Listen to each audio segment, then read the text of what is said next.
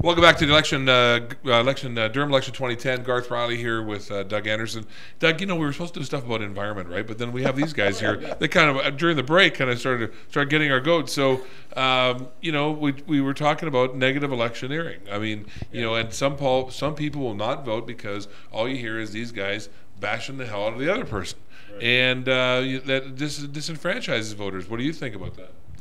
Well, I think it's very true that the elections tend to be very few issues are involved, and that goes really to the heart of the Durham Election 2010 questionnaire we sent out.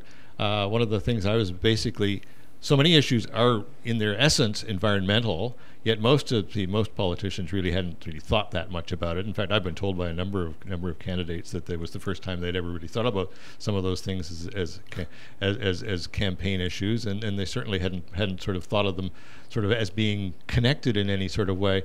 But that's sort of one of the things that I'm trying to do is to get issues into the election, and yet elections tend to be far more about personalities, and that's really why we have tried to keep people on this show from different areas. But we're going to bring it on, right? So, okay, here's the deal. So, Bill, we went to break, and you said a politician are responsible for two things. Because I called you on the last one and said I thought you were platforming, and I'm going to give you an opportunity to respond. So, you say a politician's got to do two things. A politician has to do two things, and it's irresponsible, Garth, not to do these things. The Supreme Court says that... Which are the two things? Right. You didn't want my preamble. Okay, go ahead. The Supreme Court says that information is a basic necessity for democracy to work. That's basic. And part of that information are the lies, the smoke and mirrors, and so on, that politicians will tell during an election campaign. And they're blatantly untruth, and somebody has to stand up and say, what you've just said is not true. Okay. On the other hand, that's the first job, is unfurling the untruths. The second one is getting your positive ideas across. What difference you're going to make, what policy you have, what thoughts you have. Now, it just came up that this program is supposed to be about green environment and so on. Yes. I write a newspaper article every week. One of my recent stories was the greening of Oshawa, and it's something I believe in. And there were lots of ideas, in that particular story about the greening of Oshawa. I think we should have politicians that have a broad spectrum of ideas. And in Oshawa, they don't seem to have any ideas or any vision. You got that in. That was very nicely done. and you whitewashed all of them. Well done. But I do notice that you did get a rock show there, and it was kind of important to, and the Colbert Report. All right, here's the deal.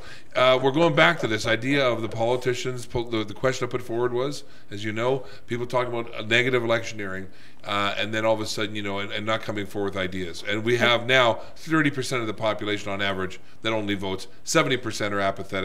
That seems to be what the incumbents are counting on, the fact that you will not be able to invigorate. Yes. Well, and then okay, well, yeah, I totally can appreciate that. But again, this whole issue of he said, she said, bashing each other, I don't agree with that.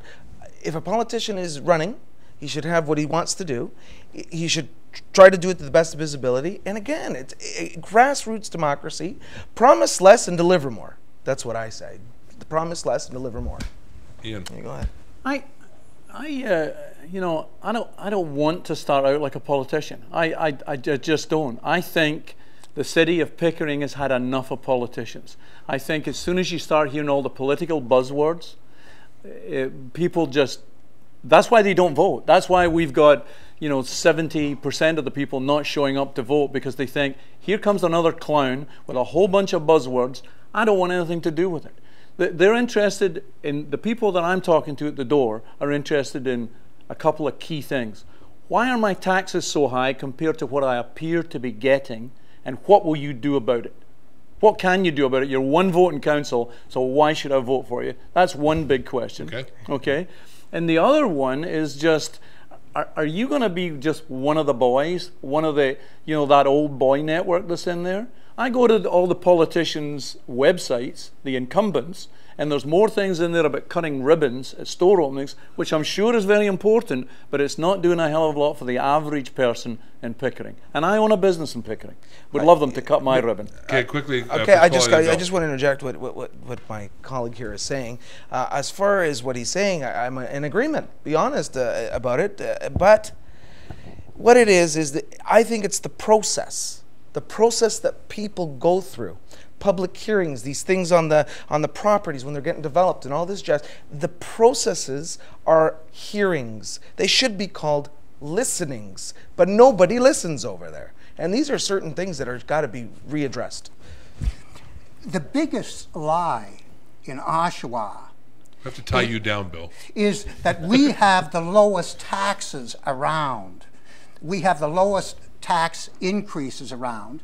In fact, our taxes went up twice as fast as inflation over the last 4 years, and everybody would acknowledge that our taxes in Oshawa are the highest in the GTA, if not the highest in Canada, that a $350,000 house in Oshawa pays the same taxes as an $880,000 house in Oshawa, in Toronto.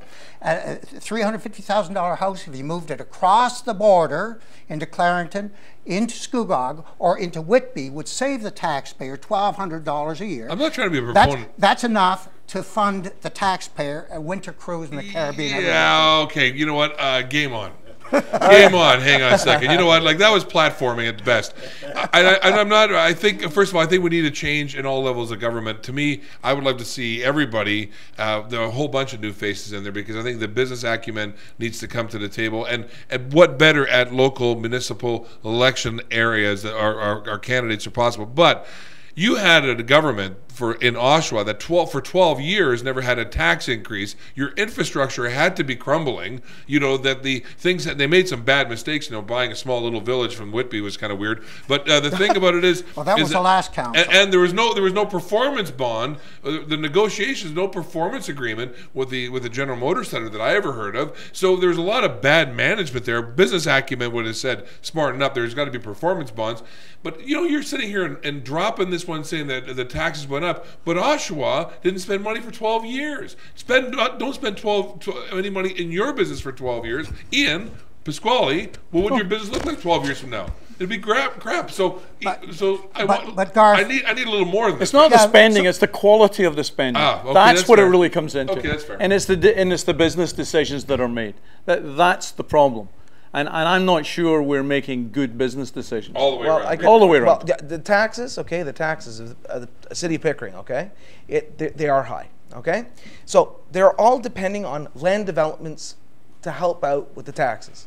Now, they got to get some responsible industry in there. I've seen that everybody wants to be environmentally friendly, okay? So why not bring industry to produce the environmentally friendly stuff, like solar panels, to generate your electricity, take you off the grid for. Well, actually, why don't we do this? We come back from break. We're going to talk about what are you guys going to do to help populate the overabundance of empty commercial Yes, commercial space. Industrial space, right? What's your law of attraction you're going to have there, other than the fact that you go, I don't know. All right, we'll be right back with more of Doug and I and these guys say. You brought up something good, but this particular thing with what I'm talking about is, why not those lands? There's lands on Bailey